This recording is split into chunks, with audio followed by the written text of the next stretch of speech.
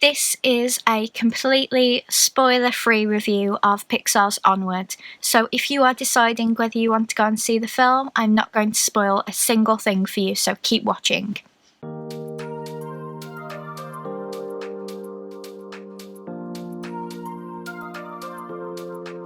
Hey guys, welcome back to my channel, or if you're new here, my name is Lizzie. I usually do videos on my plush collection, Disney hauls of new things I have been buying, and I also do Disney trip vlogs. So if you are interested in that, please consider subscribing to the channel and ringing the bell so that you're always notified when I upload. This is the first video of its kind on my channel.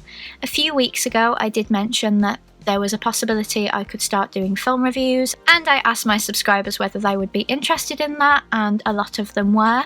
So I have decided to bring you this film review of Pixar's Onward. I would really like to hear what you think of this in the comments section down below, as at the end of the month the live action Mulan is also coming out, so I would like to know whether you would like me to continue doing these film reviews.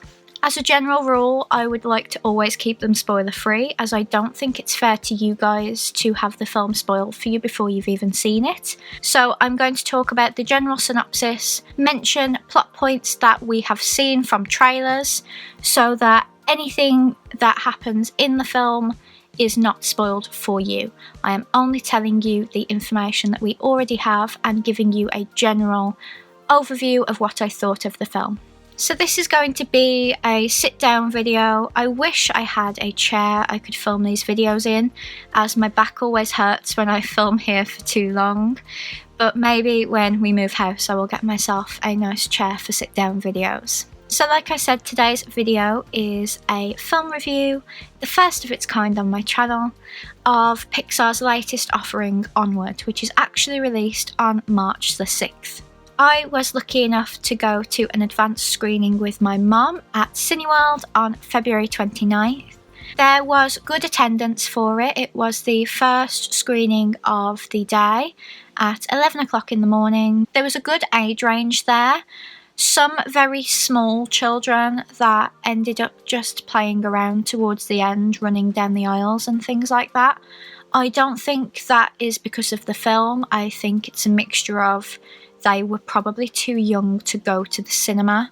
Maybe they were with older children who wanted to go, because the older children in the cinema did sit quietly through the film and appeared to enjoy it. The adults enjoyed it. Me and my mum were laughing so many times during the film, and it was just really nice to see the film before it's actually out. The only downside was that if Cineworld are deciding to do any themed merchandise for Onward, we did miss out on that because the film's not actually out yet. So I might pop into Cineworld in the next couple of weeks to see whether there's any themed cups or anything, because I do like to collect those. So this is a completely spoiler-free review. I would also like to say, can you please keep the comments spoiler-free as well, because it's not fair to everybody who hasn't seen the film if I have a spoiler-free video but then my comments are full of spoilers. So if you do post anything in the comments that I consider to be a spoiler, I will have to remove it, unfortunately. So please keep your comments spoiler-free. I am actually going to start this by talking about the short that ran before Onward, so if you're not interested in that, I'm going to leave a timestamp now so that you can skip to me talking about Onward itself. So let's have a little rant. I had seen in the news a couple of days before we went to see Onward that there was going to be a non-Pixar short running before Onward. This isn't a new thing, as Olaf's Frozen Adventure, a Disney short, ran ahead of Coco in 2017. That wasn't a popular decision because, if I remember rightly, it was a 20-minute long short, and people said that that shouldn't have been before a feature-length film, which I completely agreed with. I think that would have been something that could have gone straight to Disney Plus if Disney Plus had been around at the time. To me, a short film should be around 5 minutes, so that you don't lose your audience before the main feature film. What was new, however, is that it was a Simpsons short. Playdate with Destiny, a 4-minute Maggie Simpson short, played before our screening of Onward. Whilst I did actually enjoy Playdate with Destiny because I do like The Simpsons, there are 2 reasons why I wasn't happy about this. Naturally, this has been made possible by Disney's recent acquisition of Fox, who own The Simpsons. But to me, the target audience wasn't right.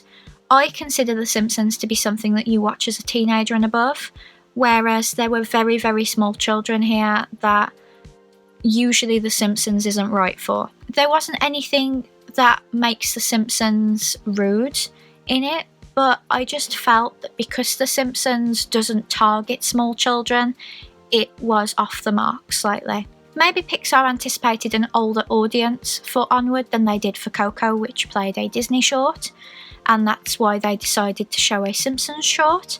Maybe they wanted it to hit the news that there was going to be a Simpsons short to bring more people to the cinema. But honestly, with an original Pixar film, with the voice cast and the story that they've got, I don't think it needs a gimmick to make people come to the cinema. If they had chosen a Pixar short, the Pixar short Pearl would have been perfect for this, but this was one that went straight to YouTube and never played before a theatrical release. Pearl is actually one of my personal favourites. I think it's got a very important message of equality in it, so if they did want something that reached an adult audience, Pearl would have been far better than Playdate with Destiny. Going back to Olaf's Frozen Adventure before Coco, it did face a lot of backlash, and yet it made far more sense to put a Disney Frozen short before a Pixar film, as Frozen is something that is already so popular with kids, whereas to me, The Simpsons isn't something that you watch at that age. And something that's very interesting to me is that Toy Story 4 didn't even have a short before it, Pixar, Disney or otherwise. I did read that some people think this is because Toy Story 4 doesn't need one. However, Toy Story 2 and beyond had them in the cinema, so I'm not entirely sure why they chose not to have one. I think it would have been important to show a Pixar short before Toy Story 4 as well. Pixar do have a program called Spark Shorts where they can submit Pixar shorts to play on the YouTube channel, but then to have no Pixar short whatsoever before Toy Story 4 and then a Fox short before Onward just makes no sense to me. It felt like they wanted to cater to the adults in the audience, which there's nothing wrong with doing that. There's usually a lot of jokes in Disney and Pixar films that would go straight over a child's head and are intended for the adults in the audience. But my mum and I could actually hear children in the audience asking their parents what was going on when The Simpsons came on, and they thought they weren't in the right screening. I've never heard this happen with a Pixar short before because they're usually animated in the same way as the film they've come to see, that it just makes sense. And now my second bigger point. Pixar shorts to me should showcase the up-and-coming talent at Pixar. Tin Toy, which we all know and love, was directed by John Lasseter. I won't talk about him, but the point I'm trying to make is that you start by doing Pixar shorts to show what talent you have, and then you go on to bigger and better things. For example, Jerry's Game, one of my favourite Pixar shorts, was directed by Jan Picanva, who wrote the storyline of Ratatouille and was originally the director before he was replaced by Brad Bird. Partly Cloudy's director, Peter Sohn, went on to direct The Good Dinosaur, and while it's not one of my favourites, it just goes to show that if you prove yourself in a Pixar short, you can go on to have a better job role in the next Pixar film. Pixar has so much talent to show, and yet the last Pixar film to have a Pixar short running before it was The Incredibles 2. But Bo was so powerful that I can still remember wiping the tears from my eyes during the opening credits of Incredibles 2. So although Playdate with Destiny was good, and it's nice to see what Disney can do now that it has acquired all these new companies and franchises and intellectual property, I would still personally prefer a Pixar short to play before a Pixar film. I don't think I would have minded so much if it was before a Disney film. I would much rather see a Pixar short before the next Pixar film, which is Soul, coming out later this year. There was actually a trailer for Soul, and I am so excited for it now. I did talk about it in my 5 things I'm excited for video, in which I also mentioned Onward, so if you haven't seen that video, I will leave a card up above. But now onto my review of Onward. So Onward is the first original story from Pixar since Coco, and I was so excited for it. I'm going to read the synopsis from the internet now. Two teenage elf brothers, Ian and Barley Lightfoot, go on a journey to discover if there is still a little magic left out there in order to spend one last day with their father, who died when they were too young to remember him. There is a lot of saying the word died and death and things like that, which was so crazy to me, because I remember when I wrote my dissertation at university, I wrote about how death, dying and bereavement were portrayed in Pixar's Up. It was very difficult because you were going by what you thought you were seeing. There was nothing actually said about Ellie dying, really. And it would have been amazing to write my dissertation on this. I do really want to make a video about my dissertation, so if you would be interested in that, just let me know in the comments. So this film is set in a fantasy world with absolutely no humans. This is going to be very difficult to explain in the Pixar theory, a fan-made theory about how the Pixar films are all connected and take place in the same universe. I certainly remember that Monsters Inc. was explained away because there are humans in the film, but there are absolutely no humans in Onward. So I'm really looking forward to how the Super Carlin brothers and Seamus Gorman decide to explain this as part of the Pixar theory.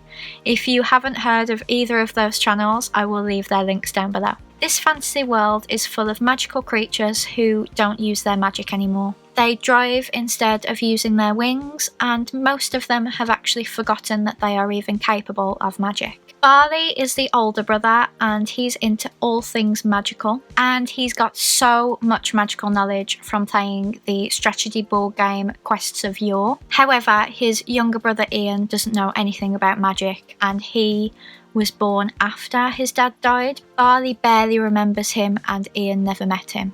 On Ian's 16th birthday, their mum presents the two boys with a present from their late father.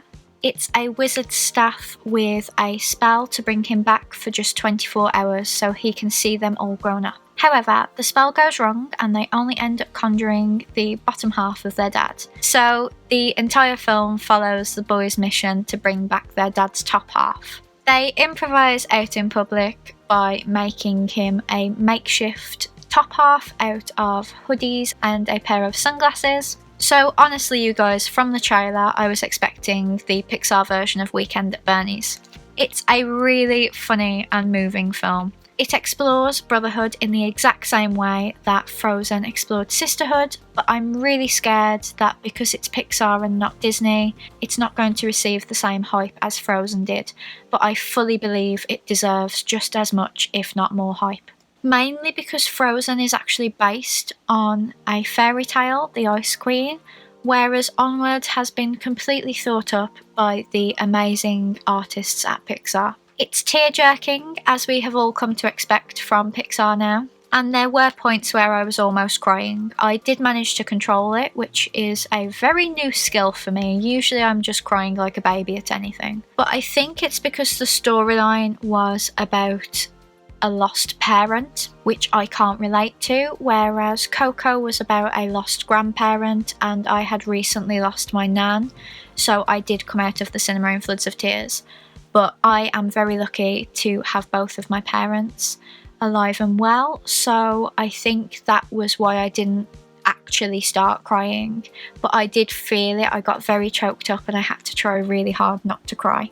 I think the voice casting for the film was absolutely spot on. Shy, timid Ian is voiced by Tom Holland, and he plays it so well, whereas the bold, passionate Barley is voiced by Chris Pratt, and he does it incredibly too. He actually sounds like Thor, which kept messing with my head because I knew it wasn't Chris Hemsworth, it was Chris Pratt, but he sounded like Thor in a lot of places. It actually really worked as well because he was talking about medieval things.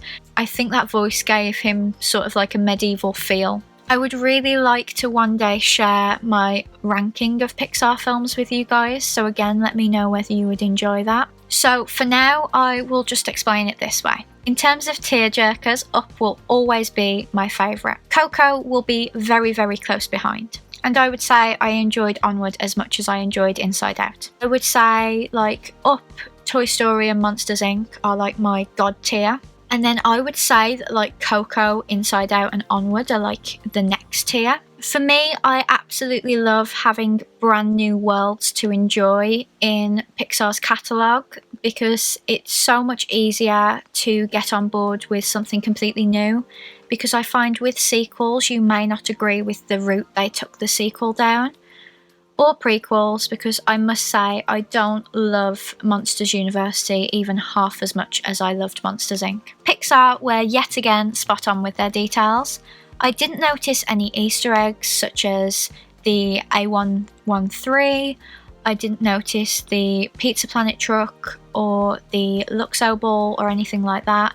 I certainly didn't spot a clue for Soul, and I'm hoping someone does find that, as they always leave an Easter egg for their next film in their films. But one of my favourite details I did notice was that they drink Mountain Doom, not Mountain Dew, which is one of my favourite American drinks. We don't actually have it in the UK, but I thought it was a really nice touch. Something really important that I noticed, and I hope you guys do too, I'm not going to say where it is or when or who, I will just say that there is the first openly gay Pixar character in this film.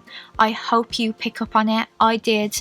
It's not very subtle. I think it's quite obvious. So when you go and watch the film, look out for that character and just give Pixar a tap on the shoulder. I mean, we're not where we should be with representation yet, but they are doing more than most animated films are doing right now. I really loved the animals in this film as well. I think Blazy the dragon was amazing, and the unicorns were just so funny. Like, in this world, they don't like unicorn. They're sort of like pests. They get shooed away a bit like foxes are shooed away in the UK, and I just absolutely loved that. I don't know whether I'll be collecting the plushes, but I'm definitely going to make sure that I get some of the Onward pops in my future Pop in a Box videos. So I really enjoyed Onward. I have heard some mixed reviews, but honestly, I think it's incredible that they managed to get me to go and see a fantasy film. I don't watch fantasy. I don't watch Lord of the Rings. I stopped watching Game of Thrones. I haven't watched The Witcher. I just really prefer comedies and romance and things like that. So the fact that Pixar got me to watch something outside of my normal genres is just incredible. They did so well. It was such a moving film, and I would like it to get as much recognition as Frozen got. But I really love that they are making these films that will appeal to everybody. I know boys like princesses and girls like monster trucks, but it isn't the same for every child, and I think it's best to just make films that any child can enjoy, no matter what they prefer. This is what I've always loved about Pixar.